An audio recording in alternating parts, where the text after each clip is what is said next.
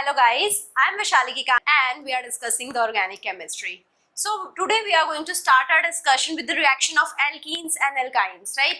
So we are going to understand the reaction of alkenes and similarly we can have the reaction of alkynes.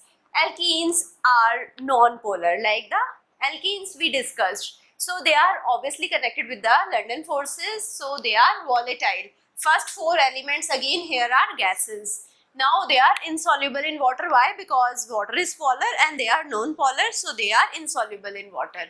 Now coming to the reaction of alkenes, they are, if I compare with alkenes, they are more reactive than alkanes, right? Because double bond is not twice as strong as a single bond, right? So single bond was formed due to the sigma band and the double bond is present due to the pi cloud. So pi cloud is not as strong as the sigma cloud that we have, and due to which the breaking of the double bond is easier, right? And we can have the reaction easy in the case of alkenes.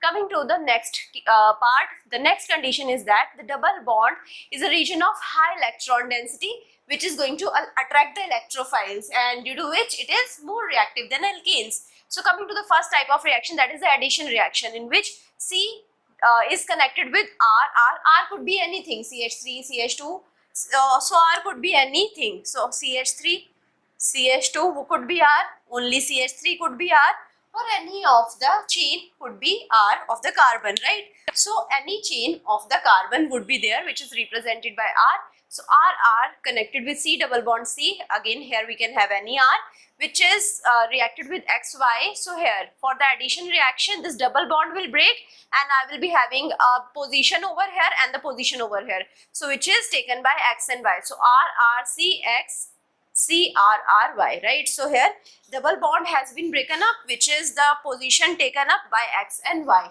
Coming to the alkenes and halogens, how the alkenes are reacting with halogen. This is my alkene, this is my ethene. So ethene can be reacting with halogen, Cl, Cl. So this is Cl2, so it is again going to add up over here. The double bond will break and here I will be having addition of Cl and Cl atom, right? Coming to the alkenes and hydrogen. Alkenes and hydrogen will be reacting and it will be having a nickel catalyst. So the unsaturated alkenes, the unsaturated compounds can be made in the saturated organic compound with the help of the nickel catalyst and some heat 150 degrees Celsius, and we will be having over here CH3CHHCH3. So here double bond has been broken up and we have HH over here, due to which it has become now saturated. This is the process which is called the hydrogenation. Coming to the alkenes and hydrogen halides. At the 100 degrees Celsius this reaction takes place. So C double bond C, this is ethene again, and we have HBr over here. So when heat is passed, again here double bond will break and at 1 C I will be having H and 1 C I will be having the Br, right? So now coming to the alkenes and water. So here again HOH would be represented as water. Water is H2O which is represented over here as HOH. So H will be breaking up, it will be coming here, and OH will be coming up here. So double bond will break and at one point of the C, one location of the C, H would be coming and other location OH would be coming. This reaction would be happening in the concentrated H2SO4, sulfuric acid and heat. So the another reaction which is used to now distinguish between alkene and alkane, it is the reaction with the bromine water. So if I have alkene, if I put it in the bromine water, it is changing the color of the bromine water from orange to colorless, whereas alkane was non-reactive to the bromine water under the dark conditions, right? Reactions of compound containing oxygen. Now we are going to discuss what are the compound containing oxygen. These are alcohol, right? And then ketone, then aldehyde. These are the various compound containing oxygen. So first of all we are going to talk about the reaction of alcohol. So first the combustion of alcohol. So alcohol will be burning in the presence of oxygen. So C2H5OH is my ethanol which is burning in the presence of oxygen, 3O2, it is giving me CO2 and H2O. So you can balance the equation. Coming to the oxidation. What is the oxidation process? Here we are talking about the primary alcohol, secondary alcohol and the tertiary alcohol. All of them are reacting differently to the oxygen. So here we have to use, for the oxidation we have to use the oxidizing agent. So oxidizing agent could be acidified potassium dichromate 6 which is K2Cr2O7 and H positive, this is the acidic environment, or acidified potassium manganate 7. So KMnO4 in the acidic environment, so which is represented over here as acidified, right? So whenever I have the primary alcohol and I am putting any oxidizing agent like Cr2O7 2 negative and H positive, and I am giving heat, primary alcohol will be converting into aldehyde. Again, if I put the same oxidizing agent and heat, this aldehyde will be converting into the carboxylic acid. So now understanding this reaction, we have CH3CH2OH. When it is present with the oxidizing agent, it is going to give oxygen, which is going to convert it into CH3CHO. It is oxidizing it and giving H2O water. Now CH3CHO in the presence of oxidizing agent, which is giving oxygen, it is going to convert into CH3COOH. So now coming to the Cr2O7 2 negative, it is an oxidizing agent which means it is going to be reduced. So Cr2O7 2 negative, initially it was orange in color. So now it is having 14H plus, which was the acidic environment, plus 6 electron. It is going to give me 2 Cr3 positive, which is green in color, plus 7H2O, and in this manner it is oxidizing. So CH3CH2OH, it is going to convert into CH3CHO plus 2H positive plus 2 electron, which is the oxidation half reaction. Now here again Cr2O7 plus 2 negative plus 8H positive plus 3 CH3CH2OH, it is going to give me 3 CH3CHO plus 2 Cr3 positive plus 7H2O. In this manner, I can have these two half reactions and I can get this full reaction for the conversion of alcohol to aldehyde. Similarly, I have the MnO4 negative, which is purple in color, which is now again oxidized. It is an oxidizing agent. It will be reduced. So it is present in the acidic environment, 8H positive plus 5 electron. It is going to give me Mn2 positive, which is colorless, plus 4H2O. So this is a reduction of this oxidizing agent. So this other half reaction would be CH3CHO plus H2O gives me CH3COOH plus 2H positive plus 2 electron. Now these are two half reactions. When I combine them, 2 MnO4 negative plus 5 CH3CHO plus 6H positive is going to give me 5 CH3COOH plus 2 Mn2 positive plus 3H2O. So in this manner we can understand the oxidation. Coming to another example. So here we have CH3CH, CH2OH, CH3. So it is again oxidized in the presence of oxidizing agent. It is going to give me aldehyde CH3CH, C double bond OH, CH3. Right, so here I had used 2-methyl propane-1-ol, which is going to give me 2-methyl propanol.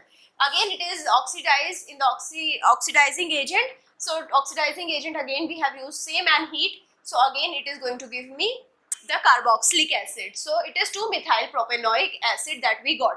Right. So coming to the secondary alcohol. So now this was all about the primary alcohol. Secondary alcohol, in the presence of oxidizing agent, it is going to convert into ketone. Now ketone cannot be further oxidized. So even if I provide oxidizing agent and heat, there would be no reaction. So let's understand this. This is the propane 2-ol CH3CHOH CH3. In the presence of oxidizing environment, oxidizing agent and heat, it is going to give me CH3C double bond O CH3, that is propanol. Now we are not getting any further reactions, right? So CH3CHOH CH3 plus oxygen, this is oxygen coming from the oxidizing agent, it is going to give me CH3 2CO. This is my ketone plus H2O, right? So now the oxidizing agents reaction, Cr2O7 2 negative plus 8H positive plus 3 CH3CHOH CH3 is giving me 3 CH3 2CO plus 2 Cr3 positive plus 7H2O. This is the overall reaction combining the two half reactions like we had done over here. Now tertiary alcohols will not undergo the oxidation process even if we have the oxidizing agent and heat. So they are resistant to oxidation. Coming to the esters. What are esters? Esters are formed with the help of carboxylic acid and the alcohol in the presence of small amount of concentrated sulfuric acid, which is acting as a catalyst. So now here alcohol is heated with carboxylic acid in the presence of small amount of sulfuric acid as a catalyst, and the ester is formed, and this full process is called as esterification. So alcohol plus carboxylic acid, concentrated H2SO4 plus heat, and it is going to give me ester plus water. So let's understand this. So ethanol plus ethanoic acid is going to give me ethyl ethanoate plus water. So CH3CH2OH plus CH3C double bond OOH, which is the ethanoic acid, it is going to give me CH3CH2O C double bond O CH3. So this is ethyl ethanoate. So this is called the nucleophilic substitution reaction. Here alcohol is acting as a nucleophile, right? It is also known as a condensation reaction because the water is released. So here we have one more example, CH3CH2CH2CH2 OH plus C double bond OH CH, CH3, CH3. So this is a type of carboxylic acid, but here we have not used the simple carboxylic acid. We have used the 2-methyl the propanoic acid. 2-methyl propanoic acid is used, and here we have used the butanol. So we are going to get over here this ester, CH3, CH2, CH2, O, C double bond O, CH, CH3, CH3 plus H2O. So now I hope you understood. If I give you any kind of carboxylic acid, if I give you any type of alcohol, you can make the ester. Now coming to the halogen alkanes. So in the halogen alkanes, we are going to understand the nucleophilic substitution reaction. So here, let's suppose this is my halogen alkane, CH2Br, CH2CH3. In the presence of NaOH and heat, it is going to give me CH2OH, CH2CH3, right? So this is how the reaction has occurred. The Br has been substituted with OH, right, from the NaOH. So I had one bromopropane and I have formed propane 1-ol. So if I see the balanced equation, including the NaOH, CH3, CH2, CH2, Br plus NaOH is going to give me CH3, CH2, CH2, OH plus NaBr, and we can understand the ionic equation as well. CH3, CH2, CH2, Br plus OH negative is going to give me CH3, CH2, CH2, OH plus Br negative, right? So NaOH, because it's a polar compound, it is going to give me OH negative. So reaction is known as hydrolysis because here we are breaking the molecule using the water. This reaction is also known as hydrolysis reaction. Also it is called as a nucleophilic substitution because here halogen alkanes are attracted by the nucleophile which replaces the halogen, right? So halogen here was Br, which was replaced by OH. Okay, so again here we have this reaction CH3, CH2Br plus NH3. Again, this is a nucleophilic substitution reaction where we are forming the nitrile, right? So here this NH3 in the presence of concentrated NH3 and heat in the sealed tube, it is going to form CH3, CH2, Cn. So now here plus Br negative is also formed. So you can see here the number of carbons were 2 over here and the number of carbon atom are 3 in this reaction.